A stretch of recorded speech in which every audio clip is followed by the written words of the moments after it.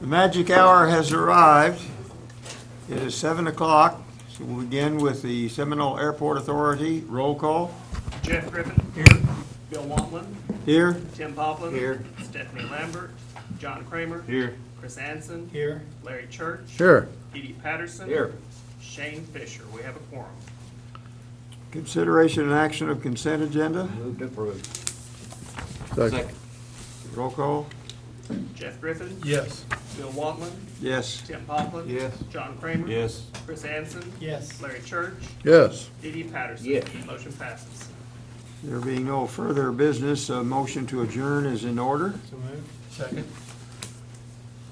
All in favor? Aye. Opposed, so ordered. That brings us then to the Seminole Gas Authority. We'll call to order. Roll call. John Kramer. Here. Tim Poplin. Here. Dee Dee Patterson. Here. Bill Wantland. Here. Jeff Griffin. Here. Stephanie Lambert. Larry Church. Here. Chris Anson. Here. Shane Fisher. We have a quorum. Consideration and action of consent agenda. Move to approve. Second. Roll call. John Kramer. Yes. Tim Poplin. Yes. Dee Dee Patterson. Yes. Bill Wantland. Yes. Jeff Griffin. Yes. Larry Church. Yes. Chris Anson. Yes. Motion passes. Are there any appearances or petitions from the audience for the Gas Authority? If not, there being no further business, a motion to adjourn is in order. So moved. Second. All in favor? Aye. Opposed? So ordered.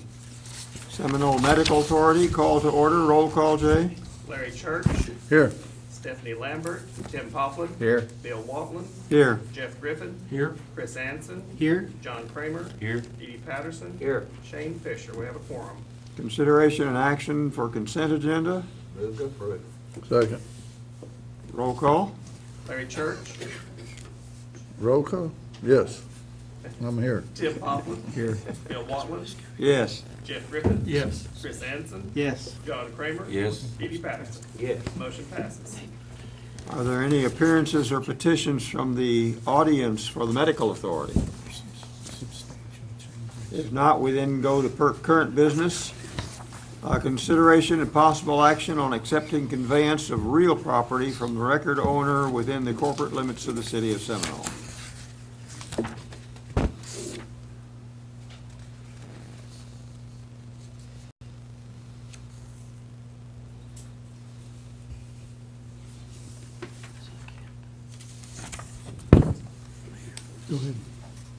No, it's too quiet. We can talk about that one. We can take that one. Someone say This, something. we were just sitting here looking to make sure we had the right one. This is the property that you may have, you may recall that we had deeded to Dr. Kemp. He had paid for quite some time ago, and he has approached the city. Apparently, the development project that he had been working on did not manifest, so he has asked us to see if we would like to accept that property back. I'm thinking for the sum of like $1. Right. And so we would, this is the property south of the hospital. We've been in some litigation previously due to the legal description, some things that were going on there. And I talked to Steve and Dr. Kemp and some others. We think it would be a good idea to go ahead and accept the property. And what we're going to try to do is get with the entities that are kind of still involved in some collateral litigation, and I really don't think it's that active, to make sure that we get a proper legal description and maybe get this thing settled. So I guess the city's staff's recommendation is to accept the property, and we'll prepare the deed and try to get that finalized. You said a magic word there, litigation? Yeah, there was some litigation. When we deeded the property to Dr. Kemp, it was by a quitclaim deed. And he took the property, didn't get a title opinion on it.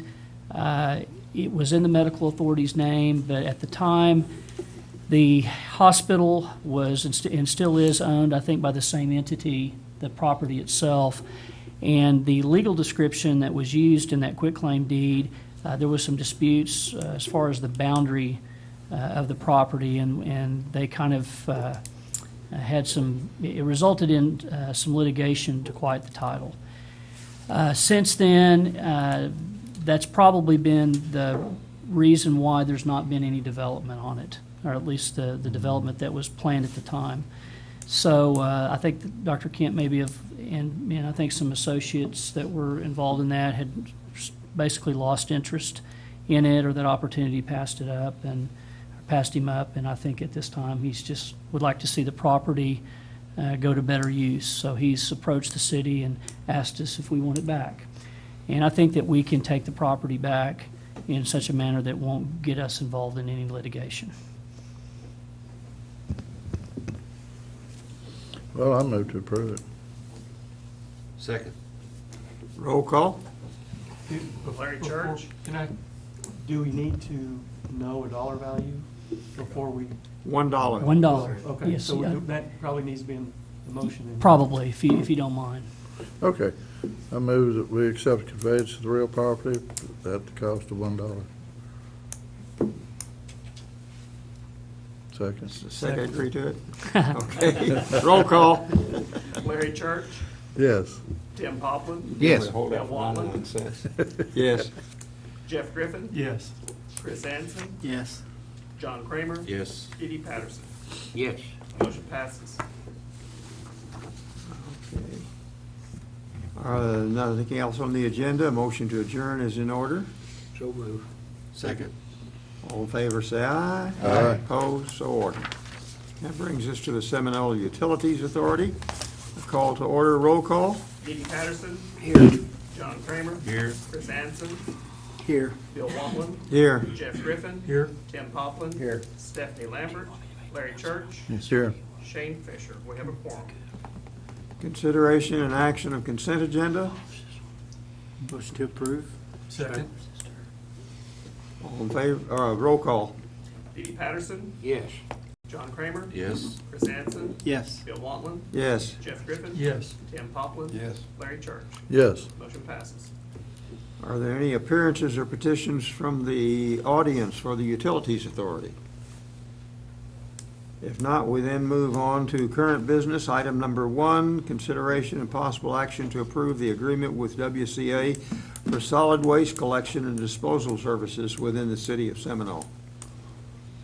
Mr. Vice Mayor, we included in your packet a proposed contract. That is not the contract that we want you to execute.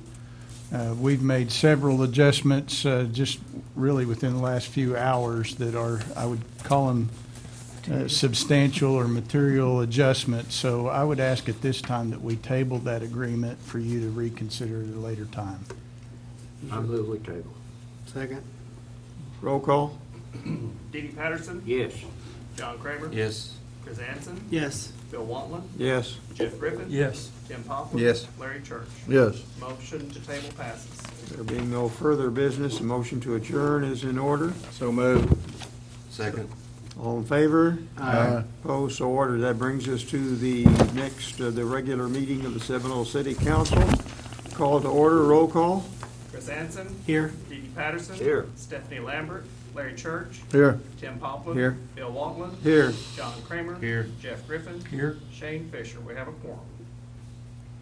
Please stand for the Pledge of Allegiance in the opening prayer. I pledge allegiance to the flag of the United States of America and to the republic for which it stands, one nation, under God, indivisible, with liberty and justice for all. Isagada mesi miske hanga giudaid pumakasapka ne quiche de medo moment putalofa Seminole moment pu istio morgan idino kichakidis moment chimi isagada mesi anagitskas.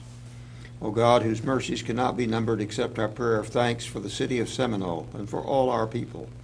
Let us love one another, for you, God, are love. Amen. Amen.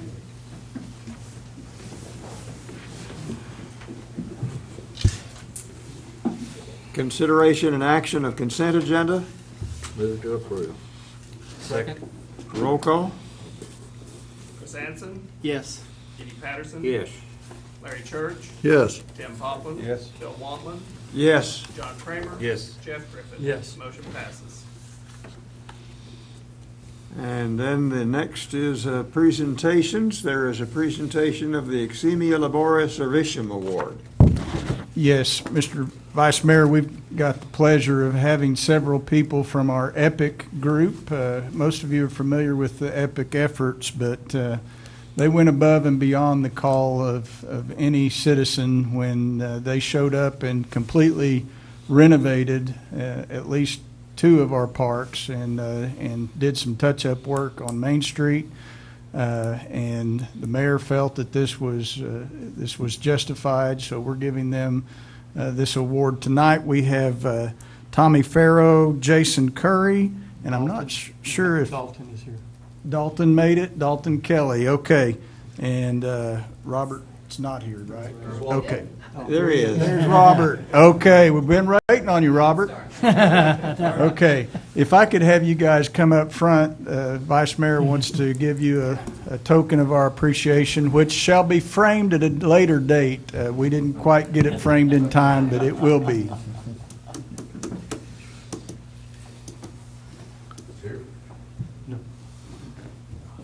Congratulations. Congratulations to you and to you, starting to you for EPIC. And this is the Eximia Labora Servitium Award, which is presented for all the work that you have done in the work here in the city. Perfect. Thank you.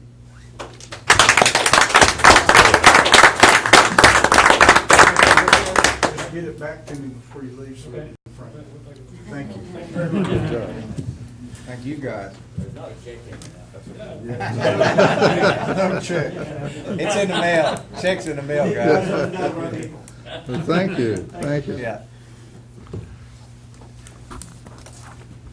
Next, appearances or petitions from the audience. I know we do have an update from the Healthy Living Program.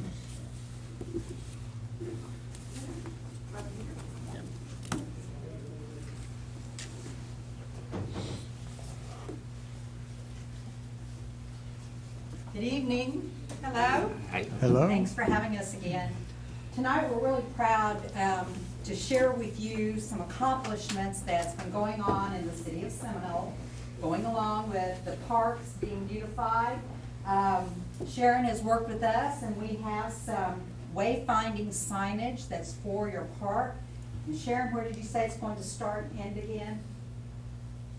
Start at the Wellness Center and go to Municipal Park at the end of the trail, and then start at that point and go back to the Wellness Center. You'll be able to see it on both sides. Right, so in other words, you have signage going one way and signage coming back. And then we have, healthy information about the path to better health starts here, and it tells that's about 0.61 of a mile. And different things, walking, biking, and wearing good tennis shoes when we walk. But we're real proud to be able to work with the city of Seminole and making this a healthier place for your family and your grandchildren. And I'm a great-grandma, I have to tell you that, just became great-grandma, so that's pretty exciting. And we are working with the city of Seminole on your safe routes to school.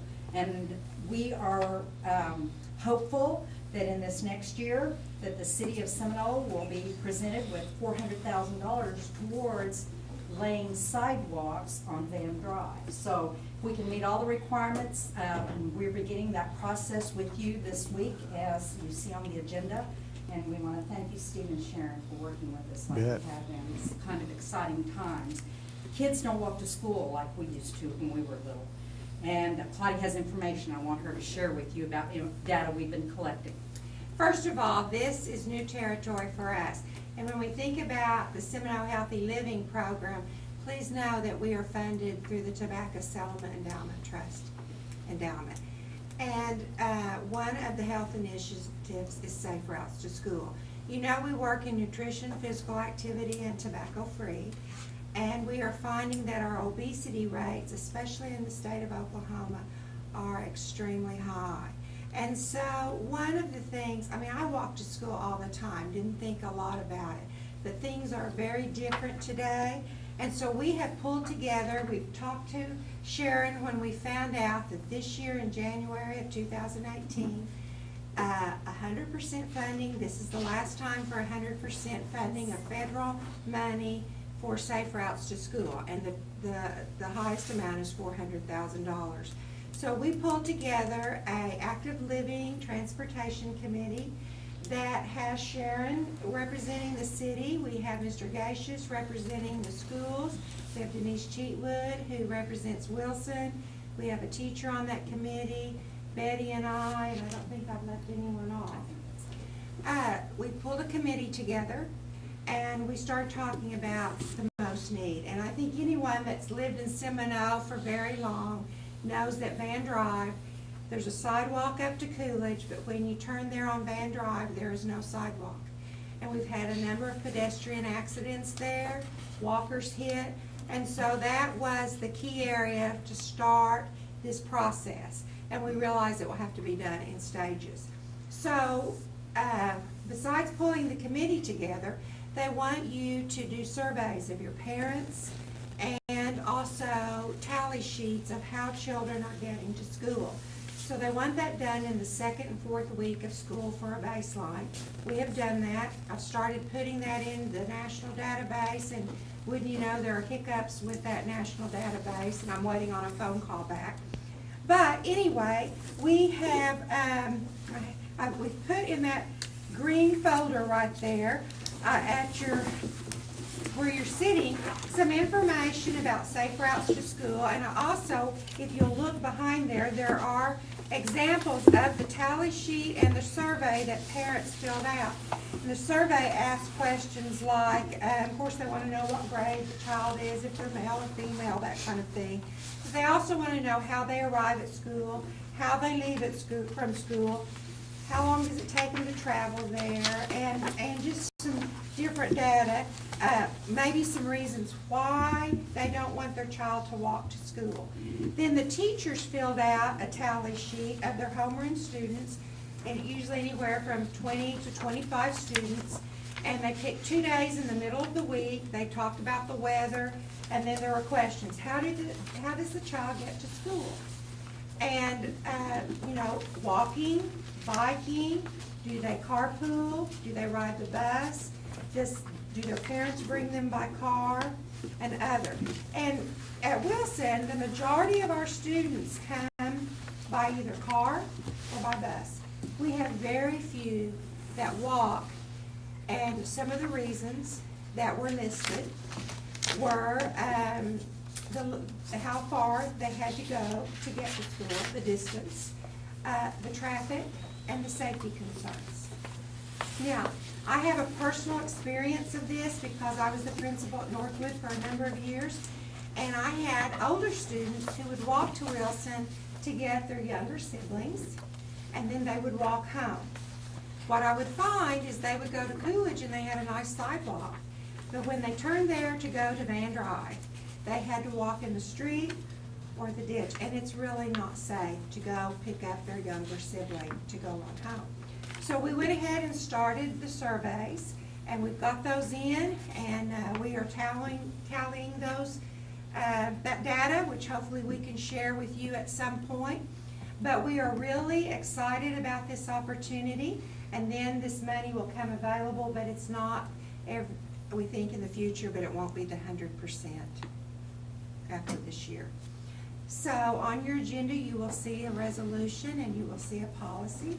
Also, one of the other things that we have to do in our grantees with the Seminole Healthy Living Program and Pollock County and Tri-County area, we did a walkability survey of downtown, and that was very interesting. So we will also be doing some walkability surveys to get ready for this funding. So when Sharon gets ready to apply for the federal money, we will have all those things in place for her when she turns in the application. Do you have anything else? And we really appreciate partnering with Seminole. Yes. Been very supportive, and we look forward to many positive health initiatives to make our health outcomes look better here in Seminole County. Yes. Thank you for your time. Thank you. Gloria and Betty. I can remember when Van Drive was the northern boundary of the city of Seminole. Used to cross it on my way to walking to Central Grade School. Okay, are there any other appearances or petitions from the audience for the city council? If not, then we'll move on to approvals and acceptances. Resolutions, number 1, consideration and possible action to approve resolution number 2017-20, a resolution adopting a safe routes to school policy. That's what we just heard about. Motion to approve. Second. Roll call. Chris Anson. Yes. Dee Dee Patterson. Yes. Larry Church. Yes. Tim Poplin. Yes. Bill Waltman. Yes. John Kramer. Yes. Jeff Griffin. Yes. Motion passes. Number 2, consideration and possible action to approve resolution number 2017-21, a resolution postponing the submittal of various propositions concerning amending the city charter to a vote of the registered voters of the city of Seminole. Mr. Vice Mayor, I regret to have to bring this in front of the council, but we had one of our resolutions that had a substantive error in it that could not be corrected in time to get it on the ballot. As you know, we passed 4 or 5 resolutions a couple of months ago to get it on the ballot. One of those, basically, it had to do with putting, we had 3 years instead of 4 years dealing with the transition period. I called the state election board. They wouldn't let us substitute it. They said that the resolution, it was not just a typo, it was too substantive to make that change, even with a ratification tonight. So I talked to Steve, and I know Dee Dee. I told Dee Dee because he inquired about that back in July, I think it was. And we're lucky. There's a silver lining in this. At least we caught it before we had an election and had to go back and do it again. So we'd like to ask to postpone this one more time. The resolutions are already prepared. They're already correct. We can resubmit, get it on the next designated time. It was, from what I understand, I thought it was a general election, but David Cobb said that we were the only show in town. Really? So, For November? For November, so it really isn't, I won't say it's a wash, but we'd just be delaying it till the next one, which I think may be in What? February or something like that. Next April? Something like that. Motion to approve. Second. Roll call. Chris Anson. Yes. Dee Dee Patterson. Yes. Larry Church. Yes. Tim Poplin. Yes. Bill Waltman. Yes. John Kramer. Yes. Jeff Griffin. Yes. Motion passes. Moving to current business, number 3, consideration and possible action to approve the agreement between the Oklahoma Department of Transportation and the City of Seminole for the refurbishment and ownership transfer of US 270, State Highway 9, junction to State Highway 270A junction. That's Broadway. You know, the downside is there goes the bypass chance, but I'm afraid it's going away anyway. They would never even, they're probably going to pull it off the US or state highway anyway, is the downside to it. I thought they were gonna take it off being a US highway when they gave it to us anyway. Yeah, Or but I mean, even if we highway, didn't rather. accept it, they may take it off anyway and we get nothing out of it. Yeah, that's true. That's the problem. Well, with the work they're gonna do on on Broadway, you know, that's gonna take care of a lot of work that we would have to do and cost us a tremendous amount of money. And the fact that they could give it back to us anyway without the work at some point in the future. I'm gonna motion that we approve this tonight. Oh, I'll second that. yeah. Motion's been made and seconded. Roll call. Chris Anson. Yes. Dee Dee Patterson. Yes. Larry Church. Yes. Tim Poplin. Yes. Bill Waltman. Yes. John Kramer. Yes. Jeff Griffin. Yes. Motion passes. That brings us to reports. City manager? Yes, I just, I'm kind of off my game today. I've spent time with our police chief and discussions about Colton Clark and the horror that child endured has left a mark on me. And I know it has on our police chief, and I want to thank him for his efforts and getting that conviction yesterday. That's a big deal. Get those people off the street. But more importantly, Colton will be remembered at a ceremony tomorrow night at 7 at our wellness center. Love to have everyone come out and just memorialize Colton and show his brother the support for being able to stand up. I can't imagine having to go back through that in a trial like he had to do, but he did, and we're thankful that he did that. So if you get a chance, please come out tomorrow evening. It'll be a somber but needed and necessary event for our community to begin the healing process. I want to congratulate the Seminole Nation on a successful fall festival. I drove out there, didn't have any parking spaces left for me, so I drove around it, and it was very impressive from the road. It was packed. They did a great job, put on a great festival, and I want to congratulate them. We've done work on our Snowman Wonderland. We're expanding that a little bit up Strother Avenue. If you see our crews out there working, they're laying new electric line. The Lions Club has worked hard to get more exhibits ready, and we're appreciative of that. It's going to be bigger and better than it has been. And Mike, we want to thank your crews and you for all the work you guys put in. And I know it's supposed to be, back in the old days, that was a little bit of their recovery time after the grass died off and they got to do maintenance on their equipment those days. Now it's overtime for them to have to really hook it up and get our snowman working. So thank you guys. I want to tell the ladies that TSET is going to have a significant reduction in funds, that I have now been tobacco free for 3 months. So I'm not paying into TSET anymore. But thanks to their efforts and all the health advocacy that they do, I finally saw the light and decided that I can do without it. So thank you, ladies. Appreciate you all doing that.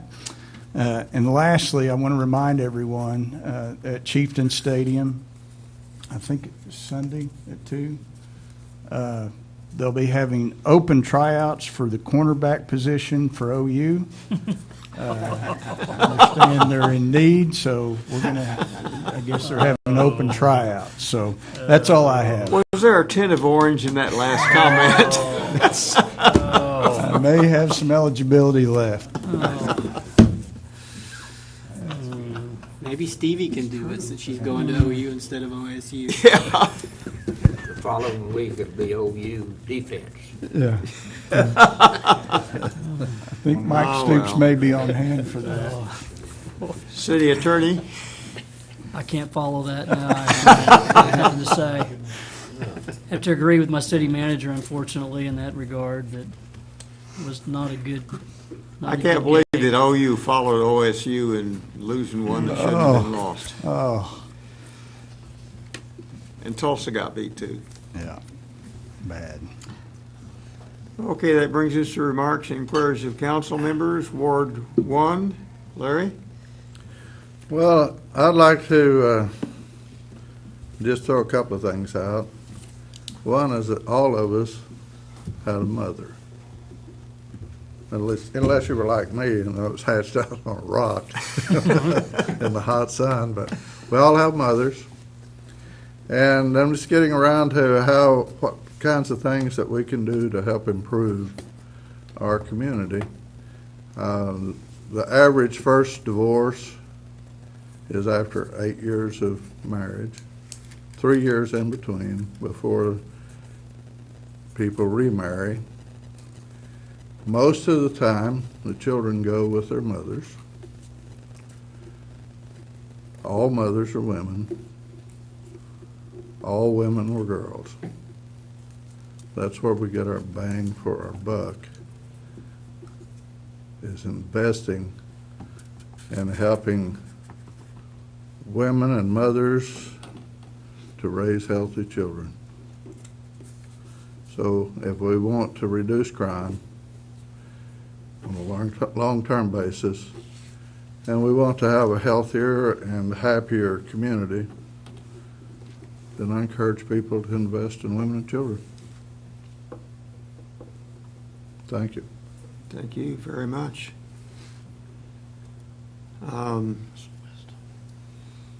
Ward 2, John. I have nothing. Ward 3, Jeff.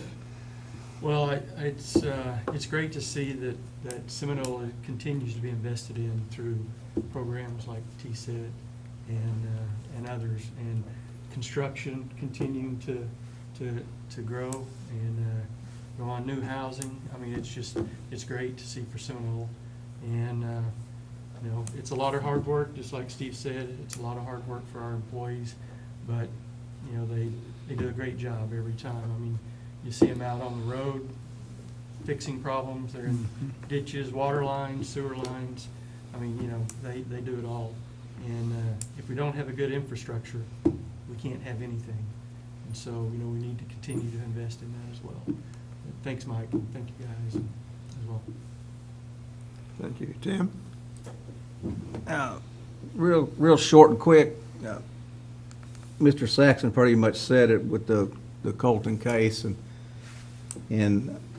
give my thanks to the chief. But you know, Chief, he had a lot of help with those people, and you know, just pass it on from the city of Seminole to everybody that was involved in that. I mean, there was a lot of people, and I know because I've kind of stayed informed in that, but just pass it on down from the city. And thank you again, sir. Quite a victory. Ward 4, Chris. Yeah, thanks to everybody for all that you do. T said, I guess the Epic people are gone. I do have a question. I was asked by someone yesterday, and I encouraged them to come to a meeting, but they aren't here. Have we come up with any solutions? I know we were going to work on something for that four-way stop by Brahms, or four-way stoplights. Was there another accident there yesterday or something? Yes, there was. This was kind of an opposite of the last one. I heard about it and called as soon as I heard about it. It was a car that blew at the stoplight. A car blew the stoplight. A car blew the stoplight. Okay. In fact, evidently, the car was possibly one of our frequent flyers that we write tickets to frequently. So Blew the stop sign and got hit by the truck. Nobody was injured. There was no serious injuries. Okay. They walked away, but it was. just running another, in case of running the light. Stop sign, you can't, you know. No. There's not much human error. I mean, did we ever go back? I mean, I still think we need to lower the speed limits going into the sign, into the light myself. I mean, have we researched any of that? Or? Yes.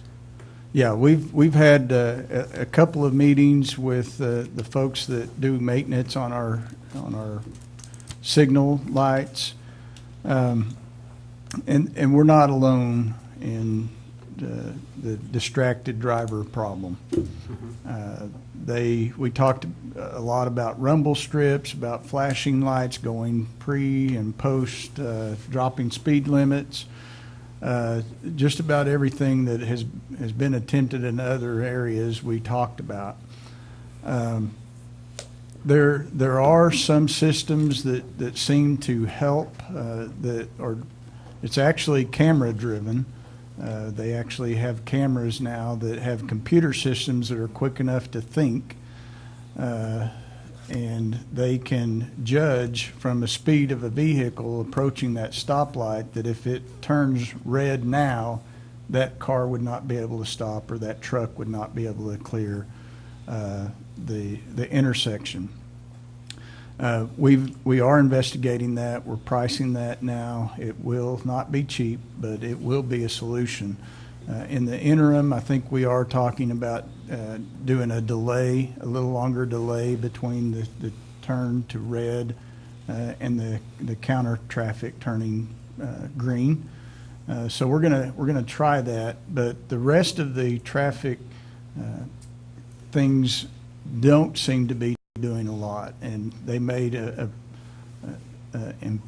passionate plea that, you know what, there's a point where no amount of signage, no amount of traffic event is going to keep someone from texting or from being distracted with a hamburger or radio or whatever's distracting them.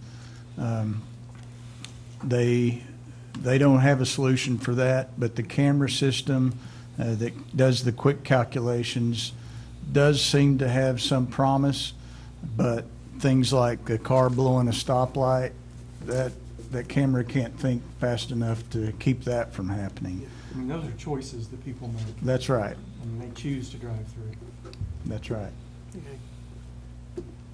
That, I don't, The one yesterday or the other day was pretty blatant, to my understanding. They just ran the light, they ran a yellow, I mean, was it? Flat blue, it was flat red, they blew right through it. Okay, so what, was it trying to beat the light that caused it, or do you know? Well, when you start investigating one of those, the Can't- person that blows the light never says they blew the light. They always say it was yellow and it was green, they never admit that it was a red light. But the witnesses on hand said it was obviously red and it was just a flat blow through the light. Okay. But I don't recall ever having somebody admit that, yeah, I blew the red light, it was my fault. Well, again, like I say, I'm still, I mean, I like all of that, but I'm still of, 45, 50 mile speed limit going through lights. You can't, some people can't slow it down, especially the semis, and so they just barrel on through. And I'm thinking if we can lower that, coming into the signs, maybe 30, 35, where they're going slower coming into the stoplight, that maybe it would, help some. But that, that's just me.